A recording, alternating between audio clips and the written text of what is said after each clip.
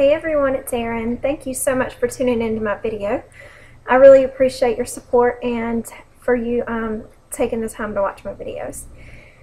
I usually talk about beauty, and I'm not really a beauty expert. I'm just more of a beauty fanatic. I like anything beauty related.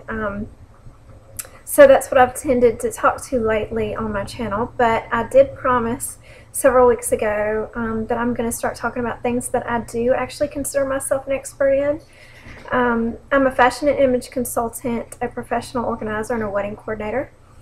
I started with the fashion and image consulting because I've just always had a knack for putting outfits together for people and knowing what's going to look best on them and things like that. So I started with the fashion and image consulting, which basically means I personal shop for people, and I put outfits together and help people just find their own personal style, basically. But I started to realize with working with my clients, my fashion and image clients, that I can't really help them get organized. I mean, I can't help them in their closet with their wardrobe without getting them organized first. If I can't see what's in their closet, I know they sure can't. So that's where my organizing skills came in, and now I organize everything, anything and everything. And then that just sort of led to my wedding coordinating. But anyway, I just wanted to sort of give you a background about why I do what I do and how it's sort of progressed into all three services. But today I want to talk to you guys about how to get and stay organized, which is something that a lot of my clients have trouble with, is staying organized. Once I get them organized, sometimes staying organized is a little bit difficult. So because it doesn't just come down to you, it comes down to the rest of your family as well. So it's hard to stay organized. So I'm going to give you guys some tips on how to do that.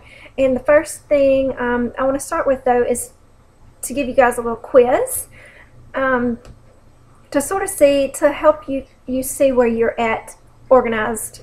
I mean, how organized you are right now. So if you see me glancing over here, I don't want to miss a question. So I have the questions that I typically ask clients right here. So I'm going to just go ahead and start. Here we go. How organized are you? Get you a little pen and paper and like take notes real quick and write down yes, or most of these are yes or no questions, or like self-explanatory. So they're like very small questions. But anyway, can you find anything in your house in 2 minutes or less? Yes or no? Is there a place for everything in your house, and is everything in its place? Most of the time, that's probably not the case. Are you almost always running late? One thing that happens a lot of times is that we tend to put things off into the last minute or sleep to the last minute and things like that. So we often run late. Do you ever have trouble finding something to wear in the mornings?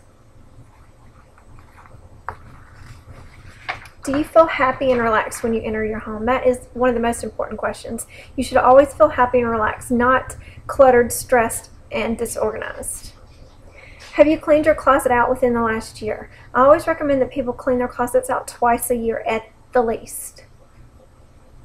Are you a sucker for a sales rack? Sales racks sucker in a lot of my clients, or sales racks sucker in a lot of people, not necessarily just my clients, but sales racks are not the best thing sometimes, because sometimes people are just like, well, if it's on sale, I've got to get it. So that's why I'm asking you that question, is are you a sucker for a sales rack? Because sometimes that'll lead to items you don't need in your closet, not just your closet. It doesn't have to be a rack. It could be a sales shelf, or I mean garage sales, that kind of thing. A lot of people are just hooked on getting a good deal, and it leads to clutter. Is the floor of your closet clear and clean? Have you ever had to pay a late fee because you forgot about a bill? That's a lot of the problems I do see with a lot of people, is that they just pile up their bill. I mean, they just pile up paperwork, and then bills and important information gets lost in the clutter. Are all of your photos sorted and arranged in albums or boxes? And I know a lot of people are going to say absolutely not. Okay, so if you answer negatively to any of those questions, I would say that you may not be as organized as you can be. I mean, I definitely know you're not as organized as you can be, but it's not hard. There are a few tips that I want to give you for getting organized, because there are a few things you need to know so you will not get overwhelmed and decide to quit if you're trying to get yourself organized. So, number one, know right off the bat that it's going to take time. Well, as they say, Rome was not built in a day. It is going to take time. And another thing is that the space you're organizing is going to look worse before it looks better, because you have to tear it apart to put it back together. So understand that it's going to take time. It's not going to happen in a day. It may not even happen in a weekend. It's going to take a little time, depending on how cluttered or disorganized you are or want to be. It's going to take you a little time. Try to figure out what your organizing personality is. We all do things differently. We all, some of us, for instance, like to do things in short bursts. Like, for instance, maybe you would prefer to get organized, like just throw all caution to the wind and lock the doors, turn off the TV, let the kids go somewhere else, and dedicate an entire weekend to completing the projects that you want to, the projects or rooms or whatever that you want to organize. But some people, that would totally overwhelm them. And they would prefer, there's a kitty about to walk right in front of me, sorry about that. That was Georgie. But as I was saying, some people would prefer to do an hour at a time or something like that. So try to figure out what the best way you work is, because if you try to do too much and you can't handle it, or you're not used to it, you don't like it, you'll get overwhelmed and quit, and then you'll be right back to where you started or worse off.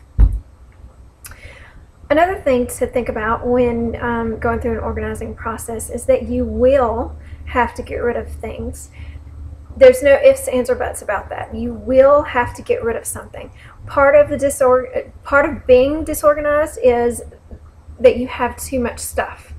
So there's always going to be something that you'll need to get rid of, and then some things, of course, you'll want to get rid of as well.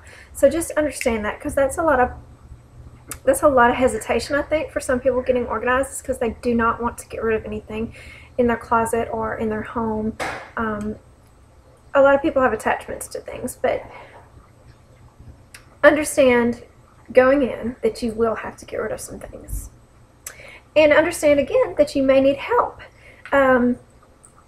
Ask your friends, family, ask somebody to come help you. That's another part of your organizing personality. If you tend to get distracted easily with nobody there to guide you, then you may need some help. I mean, like I said, I'm a professional organizer. If you can't afford to hire one or don't want to hire a professional organizer, ask your friends and family to help you, at least give you some moral support while you're going through the process, because it can actually be a fun experience. And of course, the reward in the end is the best part. You're organized and, oh my God, stress-free. So don't be afraid to ask for help, especially if that's part of your organizing personality. So a few things that I like to leave every client with, or friend, or whomever I'm trying to help get organized, are a few tips that will help you stay organized. Once you get organized, these are the tips that's going to help you stay organized. Sort your mailbox immediately upon, sort your mail, immediately upon retrieving it from your mailbox. Like I said, that is one of the main problems with getting organized, or with people in general, is that we all have hectic lifestyles, and we just tend to grab the mail, throw it on the counter, and it sits there and sits there and sits there, and it piles up day after day after day, and then finally you make yourself tackle it, but it's like a horrible job you do not want to do. You dread it every single time. But if you immediately go through your mail, immediately upon getting it out of the mailbox, what I do and what I recommend for everybody is I take the mail out of the mailbox, walk straight to the trash can. I throw away immediately any trash, which would include magazines that I don't like, or I like catalog magazines, like those credit card, those, whatever they're called, those where they try to get you to get a credit card or whatever. I don't, for some reason my brain's not working like that, but anyway. And then I take everything. I have this little system set up where I have a little cubby hole and my husband has a little cubby hole. Things that are mine goes directly into my cubby hole. Things that are Andy's, which is my husband, go directly in his cubby hole. And every Friday I go through my cubby hole. I'm not real 100% sure when Andy goes through his, but every Friday is my day. And that's another thing.